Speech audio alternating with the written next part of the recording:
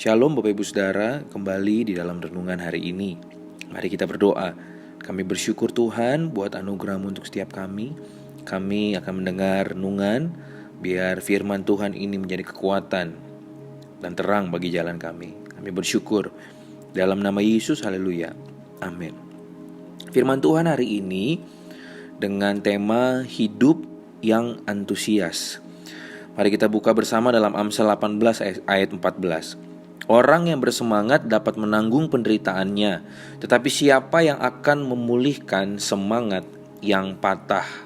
Bapak Ibu Saudara, kata antusias itu dari bahasa Inggris enthusiasm, itu diambil dari bahasa Yunani yaitu entheos, yang artinya di dalam Tuhan. Artinya begini Bapak Ibu Saudara, bahwa di dalam Tuhan, antusias yang benar adalah di saat kita ada di dalam Tuhan. Di saat kita bersekutu, kita tinggal di dalam Yesus dan Yesus tinggal di dalam kehidupan kita. Kita harus mulai dengan ini. Sehingga Filipi 4 ayat 13 dikatakan segala perkara dapat kutanggung di dalam Dia yang memberikan kekuatan kepadaku. Itu benar-benar terjadi dalam kehidupan kita.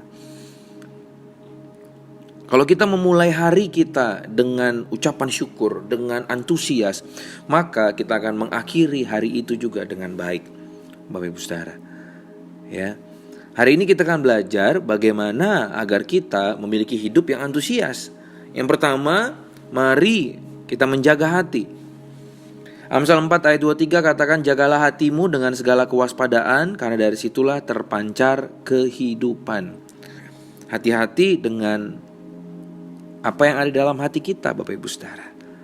Biarlah semua yang ada dalam hati kita adalah suatu hal yang baik, adalah buah daripada kebenaran firman Tuhan yang akan terpancar dalam kehidupanmu. Ya.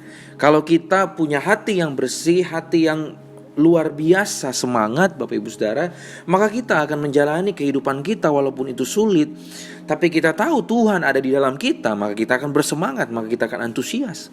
Ya, saya mengutip cerita di Yosua pasal 14 Bapak Ibu Saudara. Saat itu Kaleb mendatangi Yosua waktu lagi membagi-bagikan tempat, ya, membagi-bagikan tanah. Kaleb minta supaya diberikan satu tempat di Hebron. Ya, Yosua bilang, dan Yosua agak khawatir ya, karena kita tahu bersama dikatakan bahwa di situ adalah tempat para raksasa, orang-orang enak. Tetapi di ayat yang ke-11 dikatakan, pada waktu itu aku masih sama kuat seperti pada waktu aku disuruh Musa.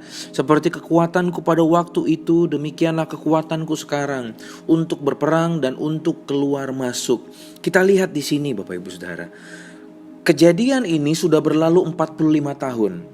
Jadi 40 tahun umur Kaleb waktu dia masuk ke tanah Kanaan mengintai, dan sekarang sudah berlalu 45, berarti umurnya 85 tahun. Tapi lihat apa yang dia katakan, kekuatanku masih sama. Ya, apa yang ada, aku masih mampu berperang sama seperti dulu. Apa yang membuat Kaleb yakin? Karena dia tahu dulu Tuhan menyertai dia, hari ini Tuhan menyertai dia. Itu yang ada di dalam hatinya sehingga dia mampu bersemangat. Ada kekuatan waktu dia mengatakan hal itu dengan yakin, Bapak Ibu Saudara. Dan kita tahu bersama Hebron menjadi milik Yehuda, Bapak Ibu Saudara. Kaleb menang. Kaleb mampu menaklukkan Hebron, Bapak Ibu Saudara. Jadi hari ini mari jaga hatimu. Waktu Kristus Yesus ada di dalam kita, maka kita mampu melakukan segala perkara. Kita akan bersemangat, kita akan antusias. Poin yang kedua, mari jaga pikiranmu. Filipi 4 ayat 8 katakan, jadi akhirnya saudara-saudara, semua yang benar, semua yang mulia, semua yang adil, semua yang suci, semua yang manis, semua yang sedap didengar, semua yang disebut kebajikan dan patut dipuji, pikirkan semua itu.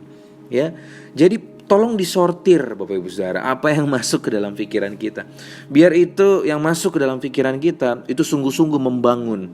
Itu adalah sesuatu yang baik. Itu bukan hal-hal yang pesimis, sehingga apa? Kita berjalan, kita bersemangat. Kita berjalan, kita antusias dalam Tuhan. Ya, tidak ada yang namanya pesimis, tidak ada yang namanya oh ini udah gak mungkin, pasti gak bisa gitu ya. Tetapi waktu kita berjalan di dalam Tuhan, kita akan bersemangat, kita jaga pikiran kita, maka kita akan melihat ada pintu-pintu yang terbuka dalam kehidupanmu. Hari ini kita belajar dua hal supaya hidup kita antusias. Yang pertama, Bapak Ibu Saudara, mari jaga hatimu. Terus yang kedua, jaga pikiranmu. Dan yang terakhir, Bapak Ibu Saudara, yang gak kalah penting, ya, mari jaga hubungan kita dengan Tuhan. Ya, di waktu-waktu kita bisa renungkan firman seperti yang ada di rekaman hari-hari ini. Mari kita renungkan. Mari kita ingat betapa baiknya Tuhan menyertai kehidupanmu. Waktu kita jatuh, tapi Tuhan ada. Waktu di masa sulit, Tuhan ada. Itu akan membuat kita bersyukur. Itu akan membuat kita menyadari bahwa Tuhan itu baik. Kita akan mengawali hari kita dengan semangat, antusias, sebab Tuhan bersama dengan kita. Amin buat firman Tuhan. Kami bersyukur, Bapa yang baik, kami dikuatkan. Firman-Mu menguatkan kami. Terima kasih ya Tuhan. Kami ingat ini, kami renungkan, menjadi kekuatan dalam kehidupan kami. Kami bersyukur di dalam nama Yesus. Haleluya. Amin. Tuhan memberkati setiap kita.